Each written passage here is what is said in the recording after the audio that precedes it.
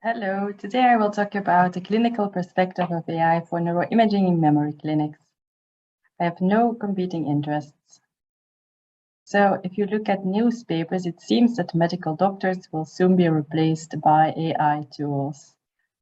However, in clinical practice, we do not use many AI tools in the memory clinic. So what is the reason for this so-called AI chasm? Meaning that there is a lot of AI research going on in the field, but relatively few breakthroughs in clinical practice in the memory clinic. It seems logical that AI could make a contribution to AI diagnosis in the memory clinic because there's a lot of online medical knowledge, there's an enormous amount of medical data being generated in the memory clinic, and we could bank on increasing computing skills and advances in image recognition algorithms.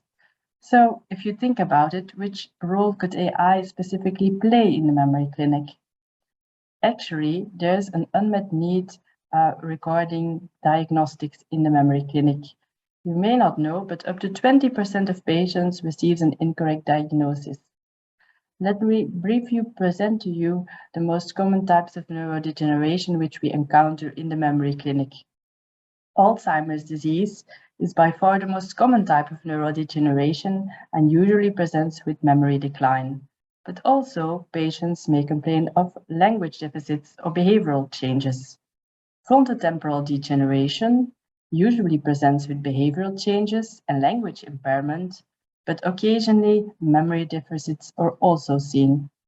Lewy body disease typically presents with visual spatial cognitive impairment and hallucinations, but also these patients may suffer from memory decline and may show signs of Parkinsonism. Here you see the three typical FDG PET patterns showing hypometabolism in different but overlapping regions in the brains of these patients. So it's clear that there are overlapping clinical presentations and neurobiological changes. However, we know that neuropathologically, these diseases consist of very different entities, which will probably require a different disease-specific treatment. Let me walk you through the diagnostic pathway of the memory clinic and the role of MRI in this pathway. So when someone presents to the memory clinic, the first exams are being performed to objectify the clinical suspicion of neurodegeneration. These exams consist of neuropsychological testing and structural MRI. Structural MRI in this case is mainly being used to rule out space-occupying lesions and to identify vascular dementia, as you can see on the right-hand side. In neurodegeneration, there may be atrophy patterns which are visible, but in the early stages, the MRI scan may still look quite normal.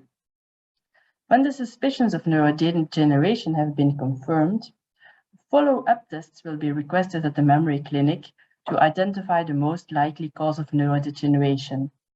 These follow-up tests may consist of the collection of cerebrospinal fluid, the acquisition of PET data, for instance an FDG or amyloid PET, and in specific instances, genetic testing will be requested. After this diagnostic pathway, how come still 20% of patients get misdiagnosed? Actually, the reason is that except for Alzheimer's disease, robust biomarkers for sporadic neurodegenerative diseases are lacking. So what we need in the memory clinic are in vivo biomarkers which can differentiate between neurodegenerative diseases, and AI may play a role here. To compare how these unmet clinical needs compare to recent research efforts, we performed a systematic review with the neuroimaging working group of the Deep Dementia Phenotyping Network, or the DEMON network.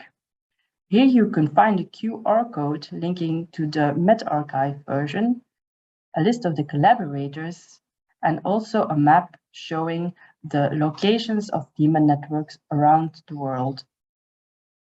The systematic review was led by Robin Borchert from Cambridge, and in the review we included AI papers focusing on patients with Alzheimer's disease, frontotemporal degeneration, Lewy body dementia, mild cognitive impairment, which can be an early stage, of neurodegeneration, Parkinson's disease and related disorders, Huntington's disease, vascular dementia, or all-cause dementia.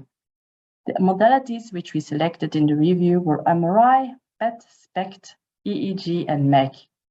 We identified 252 research papers between 2005 and 2021, and you can see that the amount of papers increases about every year. Neuroimaging modalities, which were most frequently used, was the structural MRI scan. Functional MRI studies, in contrast, were only observed in 26 instances, and a comparable number of PET studies and EEG studies were seen. To give you an idea about the accuracy levels, we found that the diagnosis of Alzheimer's disease and mild cognitive impairment from structural MRI scans was at a reported accuracy level between 60 and 99%. We noted in the systematic review that heterogeneous diagnostic criteria were used for instance, Alzheimer's disease. Also, a lot of papers focused on early diagnosis, but the definition of early was quite variable. With regards to the source of the neuroimaging data, ADNI was most frequently used in over 70% of studies, and this raised some concerns about over-reliance on this dataset and lack of diversity. We noted that multi-class designs with over 2 possible diagnoses were rare. This is in contrast to the unmet clinical need which I just described.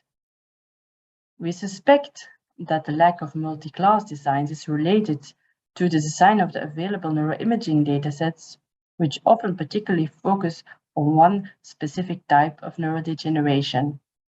Finally, we noted a lack of validation in real-world data. Dr. Bon will discuss this in more detail. As I'm talking about the clinical perspective of AI diagnostics in the memory clinic, I wonder if there are specific barriers related to clinicians. For instance, one may think that some clinicians may have reservations about AI and its introduction into clinical practice. One of the reasons for this may be that in general, AI training in medicine is limited. Second, as you know, AI can sometimes be a black box, which is concerning from a clinical point of view, because clinicians need to know which variables are driving classification.